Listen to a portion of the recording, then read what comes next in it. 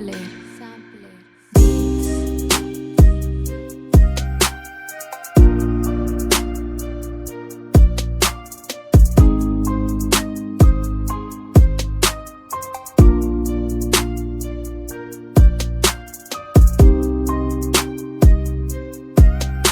Téléspectateurs de Syllaba Média, bonsoir. Aujourd'hui, nous avons le réel plaisir de vous retrouver dans votre émission Temple des Visions. Aujourd'hui, nous recevons sur notre plateau l'ingénieur de formation, l'économètre. Ibrahima Diène, bonsoir. Bonsoir, Monsieur Daouda, Monsieur Ly. Bonsoir aux éditeurs de Syllaba.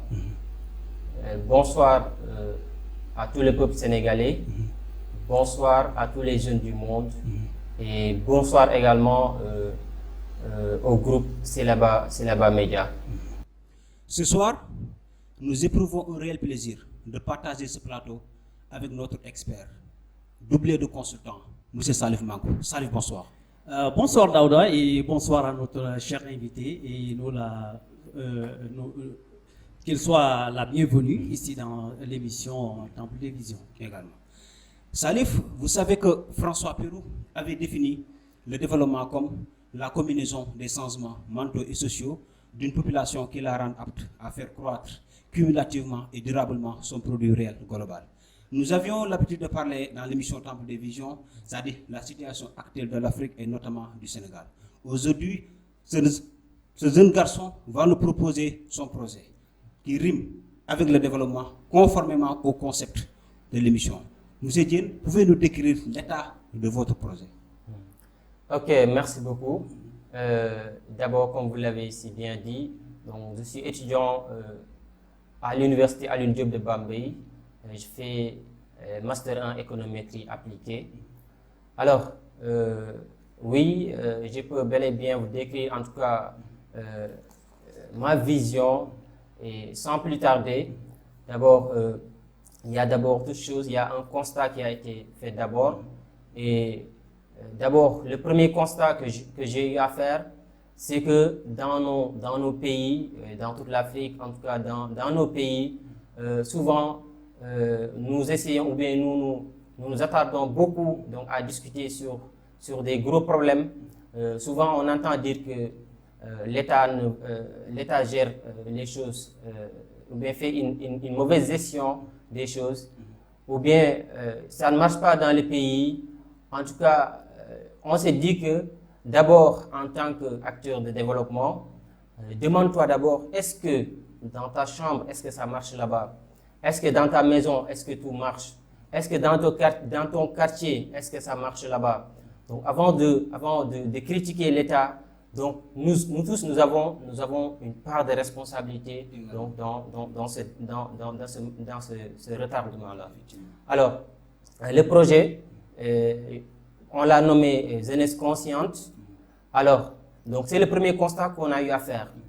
Le deuxième constat, c'est que, comme vous avez bien défini le développement, François Pérou, il a tenu en compte en fait l'aspect mental, comportemental. Aujourd'hui, la façon dont nous définissons le développement, il est bien temps qu'on la change. Donc, il est temps de voir le développement autrement. Alors, à mon avis, le développement, c'est juste une évolution. Alors, tu te fixes un objectif. Tu dis que je veux atteindre telle chose. Donc, et une fois que tu finis d'atteindre cet objectif, donc tu te fixes encore un autre objectif. Donc, aujourd'hui, on pense que le développement, donc, c'est être dans une grande ville, donc habiter dans des étages et être dans un pays où on tape aux portes, on nous accueille. Donc, tout est obtenu facilement. Donc, nous pensons que le développement, c'est ça. Alors que, donc, c'est d'abord la base, les petites choses que nous minimisons. Donc, c'est ça le développement. Donc, c'est ça le contexte, en fait, du projet. Maintenant, l'objectif, comme je l'ai dit, c'est le développement, l'objectif général, c'est le développement autrement, mais tout en commençant par les choses que nous négligeons. Donc, le développement autrement. Donc, il est temps qu'on change donc, la façon de voir le développement. Alors, il y a aussi des objectifs spécifiques. Donc d'abord, le premier, c'est d'avoir en tout cas un maximum, ou bien disons le maximum en tout cas de jeunes, travailler ensemble avec cette jeunesse et aussi surtout construire nos pays, construire nos États. L'autre objectif, c'est de conscientiser cette jeunesse. Donc, parce qu'aujourd'hui, ce que nous souffrons, c'est quoi? Problème de comportement, donc les consciences. En tout cas, ça fait défaut en fait dans nos sociétés. Problème d'engagement de la jeunesse. Donc, problème d'engagement de la jeunesse. Et raison pour laquelle on a eu à réfléchir profondément en fait sur l'idée. En tout cas, pour vous expliquer de façon très ramassée l'idée, c'était ça l'objectif. L'objectif général, c'est le développement, mais autrement, en commençant en tout cas par les choses que nous négligeons beaucoup.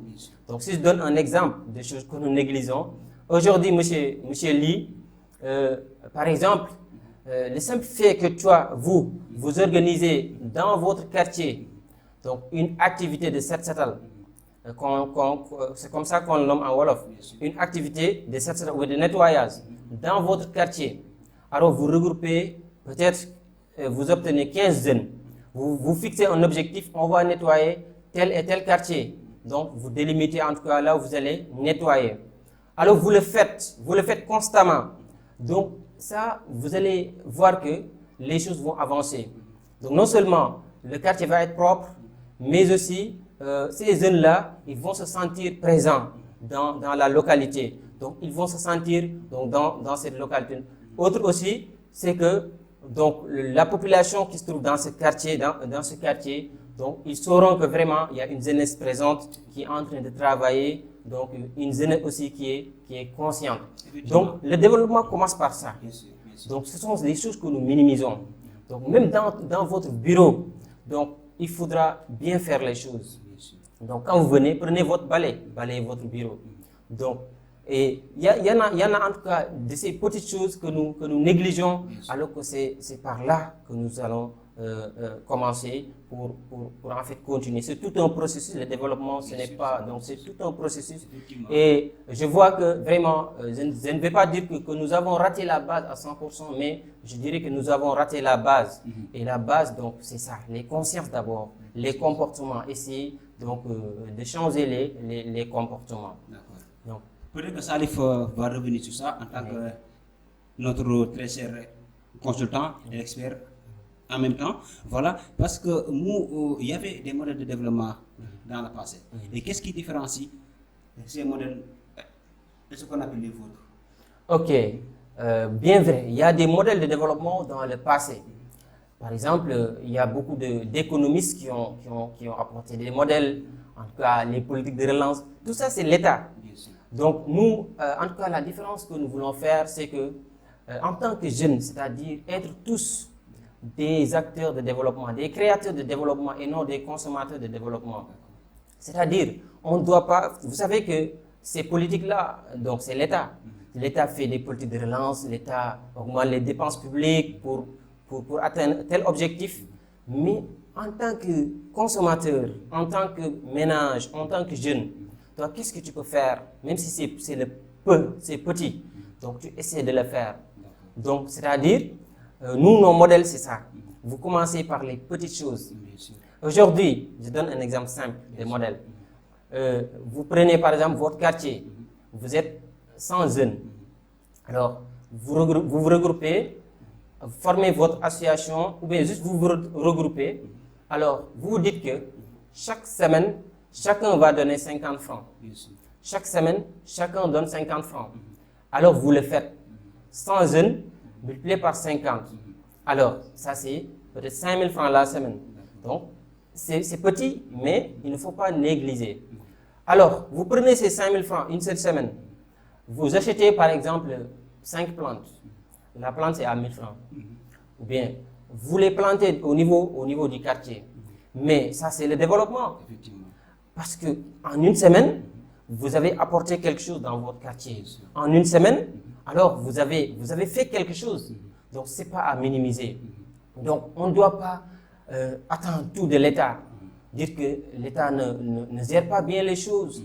Oui, même si on doit le dire, mais aussi, nous, qu'est-ce qu'on a apporté?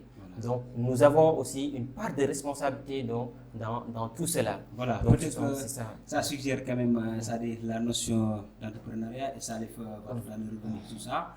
Mais également, nous pourrons aussi comprendre que votre principale cible, c'est la jeunesse d'abord. Effectivement. Voilà, mais c'est quel genre de jeunesse en fait?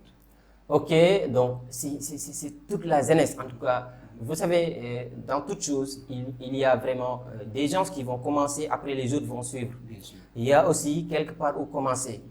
Donc, d'abord, comme on a eu à le faire, moi personnellement, je vous dis, je ne suis pas à l'aise donc étant là à parler, par exemple, d'être là à parler sans même appliquer. Donc, je vous dis que dans mon quartier moi-même, on a commencé ce genre d'activité. Par exemple, tous les jeudis, dans mon quartier, on fait une activité de set-setal. On se regroupe, donc on fait une activité de set-setal. Déjà, je l'ai commencé dans mon quartier. Donc, comme je l'ai dit, on commence quelque part d'abord. Après, si on va avoir petit à petit de l'expérience, les choses vont évoluer. On essaie d'élargir. On a commencé dans mon quartier, mais aussi dans mon université. À l'université, il y a une activité qu'on a initiée là-bas, RO, qu'on a appelée RO, ramassage d'ordures. C'est très simple. Vous faites cours, à midi, vous prenez la pause. Alors les étudiants, ils sortent au niveau de la cour et maintenant vous ramassez les sachets. Après, vous vous regroupez, vous faites un discours vraiment qui motive les jeunes à l'engagement, qui motive les jeunes, en tout cas, qui les sensibilise, qui les montre que vraiment le développement c'est vous et c'est vous l'avenir du pays. Très bien. Donc voilà, vous avez ce soir la chance quand même de partager ce plateau avec l'expert Salif. Peut-être il va tout à l'heure vous donner quelques orientations. Salif, bonsoir. Bonsoir Daouda et bonsoir aux chers téléspectateurs de Silaba TV. Et bonsoir aussi à notre cher invité, M. Diène Ibrahima, qui vraiment est à l'aise, qui a bien décortiqué son programme de développement avec cette jeunesse pétrie de talent. Ça se vérifie, hein, le Sénégal est pétri de talent via sa jeunesse. Et voilà, il suffit de donner un coup de pouce, de les accompagner et aussi de les prêter oreille attentive. Hein, parce que ça, je le dis et j'ai l'habitude de le dire et je persiste sur mes mots. C'est un pays qui, à travers sa jeunesse, peut vraiment sortir des lauriers et peut immerger. Donc vraiment, nous vous félicitons de cette brillante initiative que vous regorgez, mais aussi l'université Alioune Diop de Bambey, hein, qui nous gratifie d'énormes potentiels sur le plan ressources humaines, mais aussi sur le plan marketing et développement et des projets, vraiment. Donc là aussi, vraiment un grand bravo au recteur et aussi à tout le personnel de l'université Alioune Diop. Et voilà, donc hormis votre CV, M. Diène, vraiment, votre bibliographie, que peut-on retenir de l'être qui est devant nous aujourd'hui? Alors, merci beaucoup Salif. Ibrahima Diène, moi comme je l'ai dit au début, je suis étudiant à l'université de Bambey. Donc, j'ai participé vraiment à beaucoup d'activités au niveau de l'université.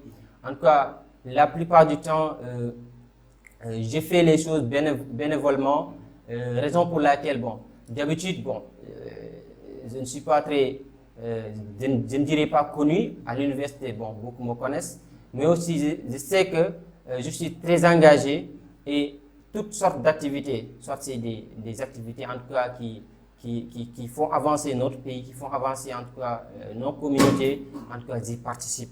Donc j'y participe tout en sachant que donc, nous tous, nous devons participer et c'est ensemble que nous pouvons nous développer. Donc d'abord, étudiant à l'université Alioune Diop de Bambey, j'ai fait économétrie.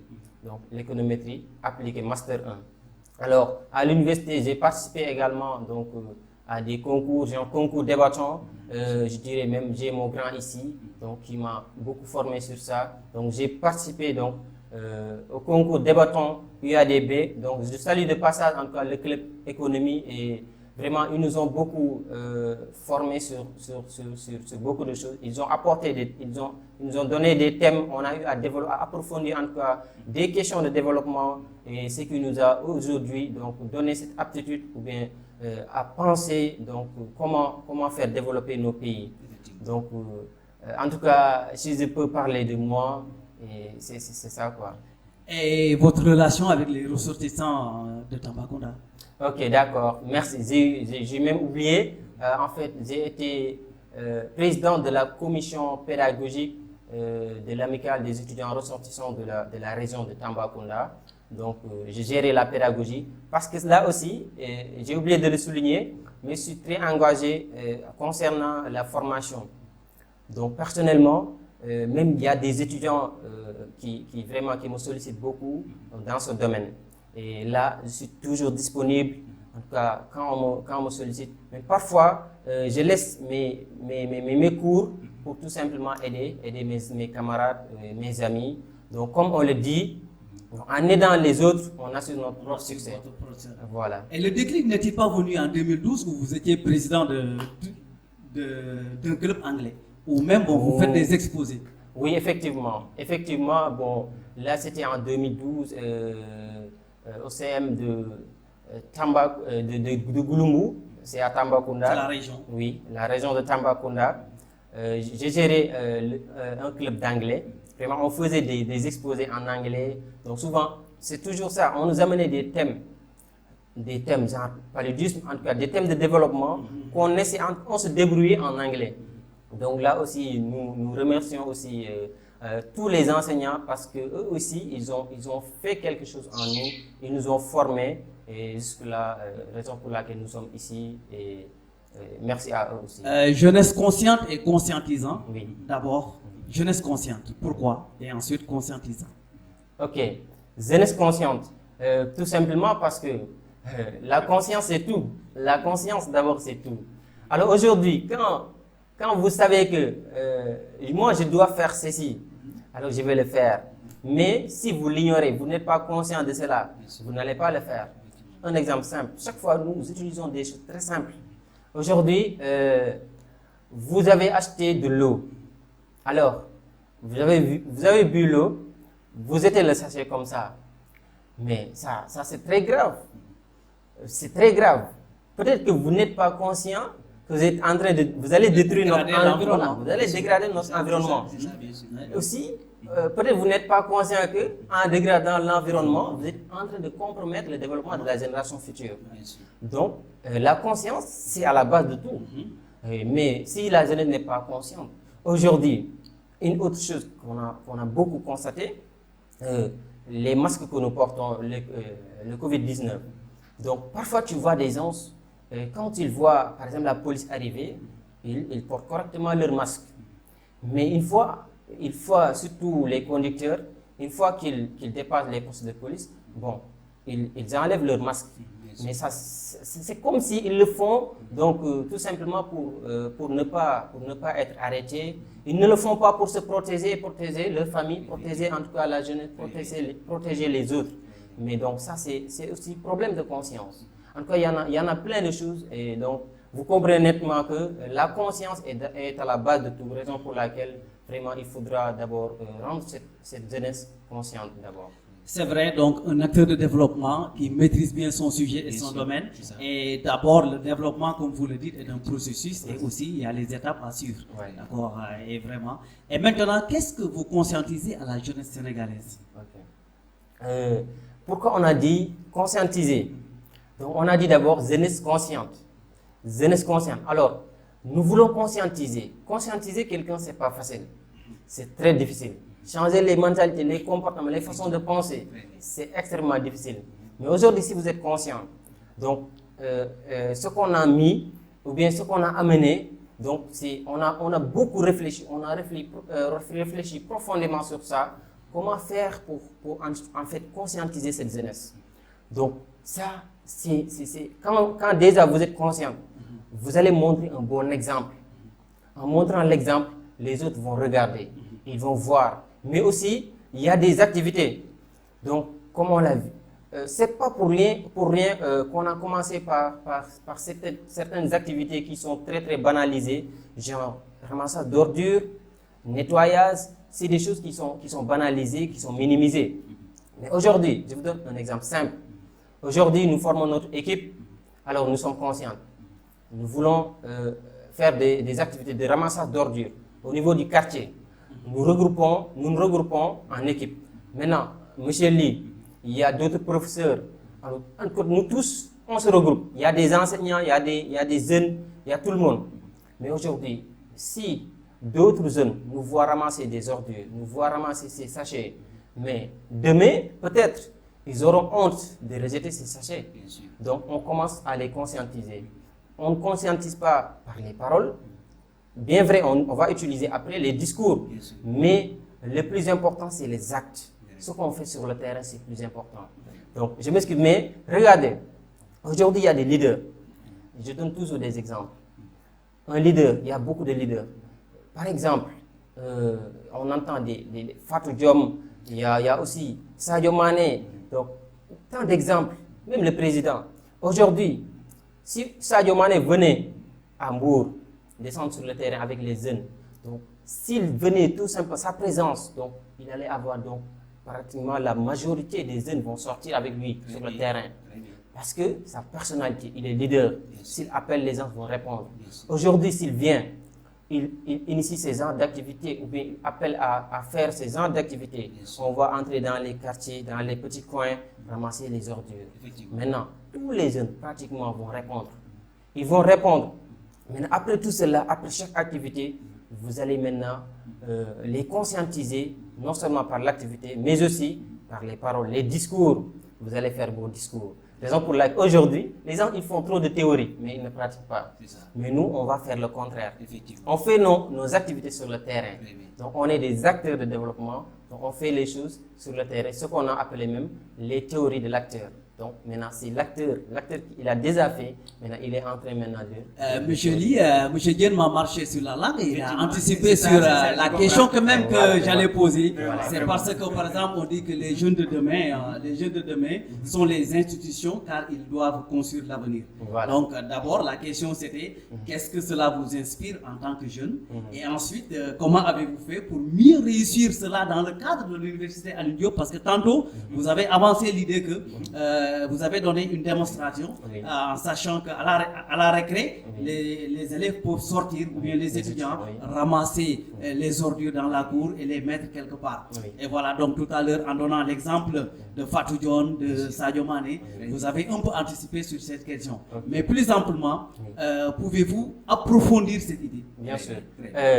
Aujourd'hui, par exemple, quand vous dites cette activité, donc quand on l'a initiée, donc c'était très difficile et ça sera toujours le cas. Donc tout début est difficile. Parce que dès le début, nous-mêmes, on s'est fixé comme objectif, on ne va rien dire aux autres. On va juste faire des cibles. Parfois, donc, tel que Dieu nous a créés, parfois Dieu nous donne certaines choses, parfois on maîtrise les personnes. Maintenant, on cible des personnes. Je vois que M. Lee, il est très engagé. Donc, je vais voir M. Lee, je l'explique clairement le projet, je l'explique l'idée. Il me rejoint donc, dans cette idée. Maintenant, après tout cela, on a eu un petit groupe. On a commencé à faire cette activité. Maintenant, en faisant l'activité, vous voyez, d'autres vont venir vous questionner. Ils vous demandent... Par curiosité aussi. Voilà, par curiosité. Ils vous demandent, mais ce que vous faites là, c'est important. Ça, c'est quoi? Est-ce que vous pouvez nous expliquer? Non. On a fait exprès donc, de ne pas élargir la chose d'abord. Donc, de leur montrer que on ne va pas venir chez vous théoriser, mais on va vous montrer qu'il y a les actes d'abord. Après, on viendra vous convaincre. C'est pour là que vous pourrez après nous rejoindre. L'autre chose est que donc, la jeunesse, c'est l'avenir de demain, mais aussi on doit commencer dès maintenant. Donc, on doit travailler notre présent. Donc, travailler aujourd'hui, s'engager en tout cas, parce que chaque fois, si on dit que la jeunesse est l'avenir de demain, les gens pensent que bon, c'est demain qu'on va commencer à servir, c'est demain qu'on aura vraiment beaucoup d'utilité. Mais la jeunesse aussi, c'est aujourd'hui que vous êtes jeune, c'est aujourd'hui que vous allez vous engager et commencer à travailler en tout cas sur les questions de développement et faire avancer le pays. Donc vous êtes d'avis qu'un objectif atteint doit être clairement mûri dans l'esprit? Voilà, bien sûr, raison pour laquelle je n'ai pas hésité à expliquer mon objectif. Donc il y a un Américain qui l'a dit, Von Neumann, il dit qu'un objectif n'est atteint que s'il n'a été d'abord clairement formulé dans l'esprit. Effectivement. Alors, si vous ne connaissez pas votre objectif, donc il sera très difficile de l'atteindre. Très bien. Raison pour laquelle, voilà. Salif a tout à l'heure parlé de jeunesse consciente et jeunesse conscientisée. Oui. Aujourd'hui, vous êtes quand même dans le pays et vous avez remarqué la propagation du Covid-19. Oui. Et les explications quand même qui gravitent autour de cette pandémie, c'est quoi? C'est les gens ne respectent pas les mesures barrières. Les gens ne sont pas conscients de la propagation de cette pandémie. Pouvez-vous, en tant que en tant que leader, en tant que créateur de projet, est-ce que votre projet quand même fait des démarches sur ça? Oui, bon, on travaille sur ça. On travaille sur ça. Donc, mais concernant le Covid-19, donc on s'est beaucoup focalisé sur la sensibilisation, donc par les paroles. Parce que, voilà, même l'arrivée du virus donc, a un peu stoppé nos activités, les activités qu'on faisait à l'université. Donc, du coup, ça s'est arrêté. Donc, on s'est dispersé. Mais aussi, le groupe, donc il y a les membres du groupe donc, viennent d'autres régions et on leur a incité donc, de faire telle activité dans leur localité, essayer de sensibiliser en tout cas les gens sur ces questions. Maintenant, l'évolution du virus, donc c'est toujours ça, la conscience. Aujourd'hui, on se protège, on protège l'autre. Mais nous, on ne comprend pas cela. Si aujourd'hui, vous avez le virus, vous allez l'amener donc dans votre famille. Ça même, vraiment, en tant que jeune, vous devrez faire de votre mieux, faire le maximum pour éviter cela. Moi, personnellement, le premier jour où le président a décidé ou bien a annulé, ou bien a stoppé le déroulement des cours, je me suis dit que demain, je vais rentrer. Parce qu'il y avait le cas à Touba. On est à Bambey. Le premier cas d'ailleurs. Oui, le premier cas. Effectivement. À Touba. Donc, Touba et Bambey, c'est pas très loin. Donc, je me suis dit que je pouvais rester. J'avais d'autres choses à faire à Bambey. Mais je me suis dit que je ne vais pas rester. Pourquoi? Parce que peut-être il y a le virus à l'alentour. Donc, je vais aller. Sinon, j'ai honte d'amener le virus avec moi donc, au niveau de mon quartier, au niveau de mon village. Donc, parce que j'ai cette conscience pour me protéger, mais aussi pour protéger les autres. Donc, il ne faut pas tout simplement se soucier de toi-même, mais aussi il faudra regarder en tout cas ton entourage. Et ce que je vais dire à la jeunesse, c'est qu'on respecte en tout cas les mesures barrières. C'est très simple. Le président, ce qu'il a dit, c'est très simple. Vivons avec le virus. Maintenant, vivre avec le virus, c'est d'abord respecter les mesures.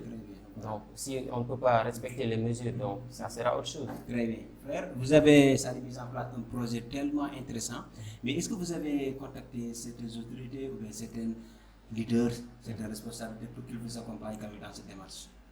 Oui, comme je l'ai dit, le projet, donc la pertinence, la quintessence de ce projet, donc fait que vraiment, parfois, vous faites quelque chose, vous obtenez votre objectif, mais aussi vous gagnez encore d'autres choses. Effectivement.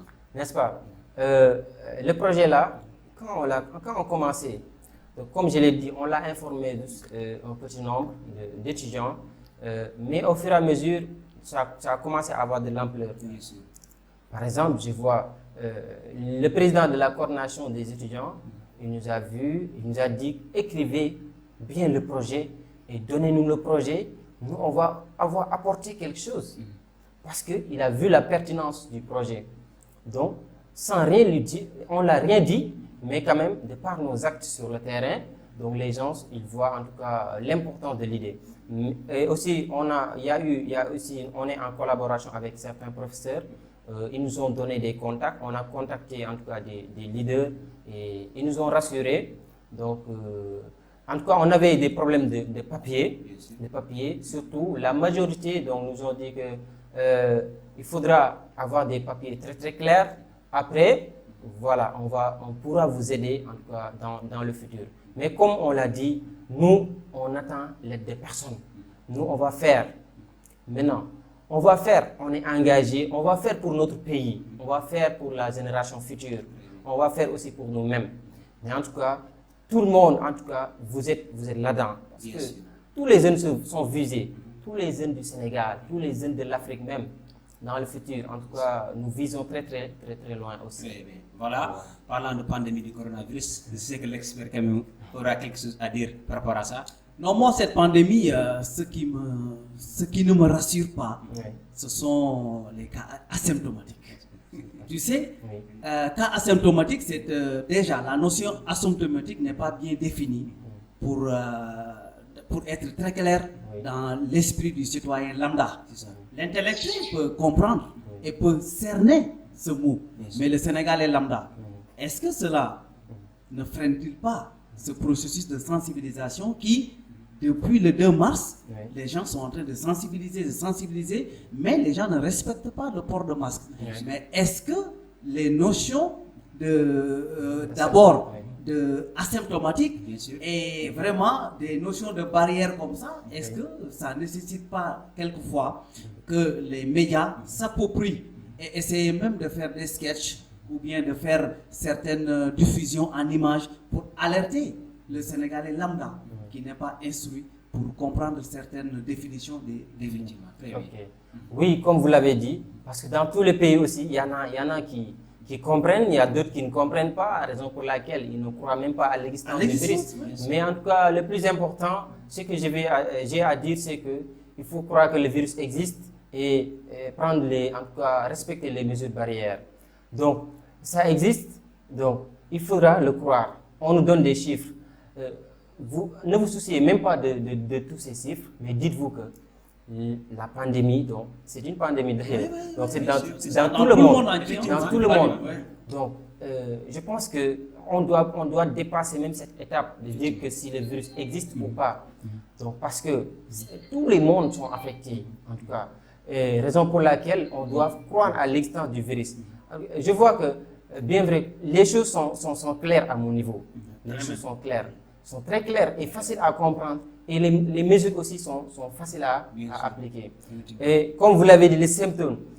Dans la plupart des cas, en tant qu'un des membres de votre famille n'a pas ce virus, parfois vous n'allez pas comprendre les choses. Effectivement. Mais une fois que vous êtes atteint, là, alors vous allez mieux comprendre. Effectivement. C'est là que vous allez comprendre Et que le voilà, virus existe. voilà. Même ça, il suffit parce que les Sénégalais aujourd'hui, voilà, jusqu'à présent, il y a une partie de la population qui ne croit pas jusqu'à présent voilà, Très bien, la propagation du Covid-19. Et Effectivement. même son existence. Oui, même Ne son croit existence. Même son C'est existence. ça le problème. En tout cas, en tant que jeune, ce que je dirais aussi à la jeunesse sénégalaise, croyons que le virus existe, le virus est présent, et donc respectons les mesures barrières pour nous protéger en tout cas nos proches, protéger également nos parents. Mais c'est sage parce que je pense que l'honorable Maba Guirassy a fait des vidéos. Donc le comédien Koutia aussi Koutia, a voilà, bien voilà. parlé. Donc je pense que les exemples sont là. Oui, Ils sont là. effectivement. L'essentiel, c'est que quelque part, peut-être il y a une défaillance de la communication ou bien une incompréhension quelque part. Vraiment. Mais donc c'est cela. Voilà. Mesdames et messieurs, nous venons quand même d'écouler notre temps et nous étions vraiment ravis de recevoir. Mais on ne va pas le laisser comme ça Voilà, parce que c'est ça. je crains que on va un peu aborder avec la tension qui sévit dans la sous-région, Bien sûr. avec la CEDEAO, avec la tension des putsch au Mali. Oui. Donc, Mali, bien sûr, bien sûr. quel regard en tant que jeunesse consciente avez-vous de cette situation, surtout le népotisme africain? C'est ça. Ok, donc pour cette situation, je pense que je peux l'aborder à deux niveaux. D'abord dire que il y a défaillance donc au niveau du gouvernement d'abord, parce que au Mali, comme il y a eu beaucoup vraiment d'instabilité, donc raison pour laquelle même vraiment la population s'est révoltée. Donc il y a eu une malgouvernance. Donc quand le peuple se révolte, il y a malgouvernance. Donc d'abord, c'est un problème. Mais aussi, l'autre niveau, c'est que, donc ça c'est le problème de gouvernance en tout cas. Donc pratiquement, c'est le problème rencontré au niveau de l'Afrique, donc de toute l'Afrique. C'est ça. Mais l'autre chose, c'est qu'on a parlé de conscience tantôt, le peuple. Le peuple, parfois il y a des actes, il ne faut pas venir juste les faire comme ça. Donc, le président, on l'a élu. Il n'a fait que deux ans. Il a été élu en 2018. Il a fait 2 ans. Mais qui l'a élu? C'est le peuple. Alors vous avez élu quelqu'un, il n'a pas fini son mandat. Parfois, pratiquement dans tous les pays de l'Afrique, au Sénégal, parfois on critique trop nos présidents, c'est bien, mais aussi nous, soyons conscients et essayons donc d'agir vraiment de la meilleure des façons. C'est ça. Parce que vraiment, j'ai un coup d'État, donc moi je ne suis pas très d'accord avec le peuple. Donc, mais il y a en tout cas, dans tous les deux cas, nous pouvons dire qu'il y a malgouvernance. On va aller très vite, c'est-à-dire maintenant, donc vous condamnez les coups d'État. Oui. Donc vous condamnez les coups d'État. Les projets de troisième mandat, anticonstitutionnalistes. Oui. En tout cas, tout ça, c'est des problèmes. C'est des problèmes. Aujourd'hui, coup d'État, on a violé la Constitution. Mais troisième mandat aussi. Violation de la Constitution. Violé la Constitution. Mais maintenant, il incombe maintenant aux institutions, genre la CEDEAO, maintenant, quand ils doivent vraiment venir s'immiscer dans ces genres de situations, donc ils règlent les choses de la meilleure des façons. S'il y a violation de la Constitution, en faisant troisième mandat, donc qu'ils viennent régler les choses. S'il y a coup d'État aussi, qu'ils s'immiscent. Mais il ne faut pas attendre qu'il y ait coup d'État, qu'ils s'immiscent dans la chose. S'il y a troisième, peut-être violation ou troisième mandat, donc les choses sont laissées comme ça. Question sportive. Donc, attachez-vous à M. Diène, vous attachez un intérêt au sport? Bon, plus ou moins. Donc, mais vous m'avez motivé. Donc, c'est là-bas aussi, vraiment, ils m'ont motivé. Donc, il y a cette émission que j'ai suivie, donc la première partie. C'est là-bas sport. Oui, c'est là-bas sport. Donc, j'ai commencé en tout cas à m'intéresser donc à l'esport. Vraiment, je pense que chaque fois, je reçois les notifications et j'essaie en tout cas de suivre l'actualité. En tout cas. Vous suivez le football? Oui. Quelle lecture faites-vous du championnat sénégalais?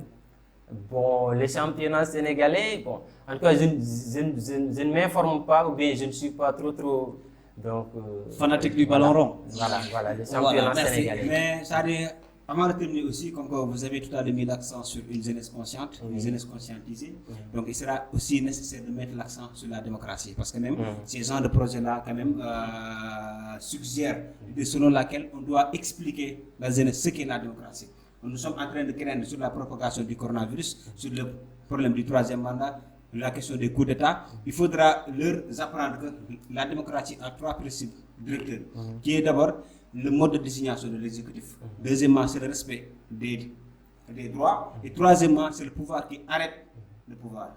Mesdames et messieurs, nous sommes vraiment ravis, nous étions vraiment ravis de recevoir sur notre plateau Temple des Visions, monsieur Ibrahima Diène, qui nous avait vraiment l'étalage de savoir, un jeune dynamique, un jeune persévérant, vraiment qui s'active dans la réalisation de projets qui riment avec le développement.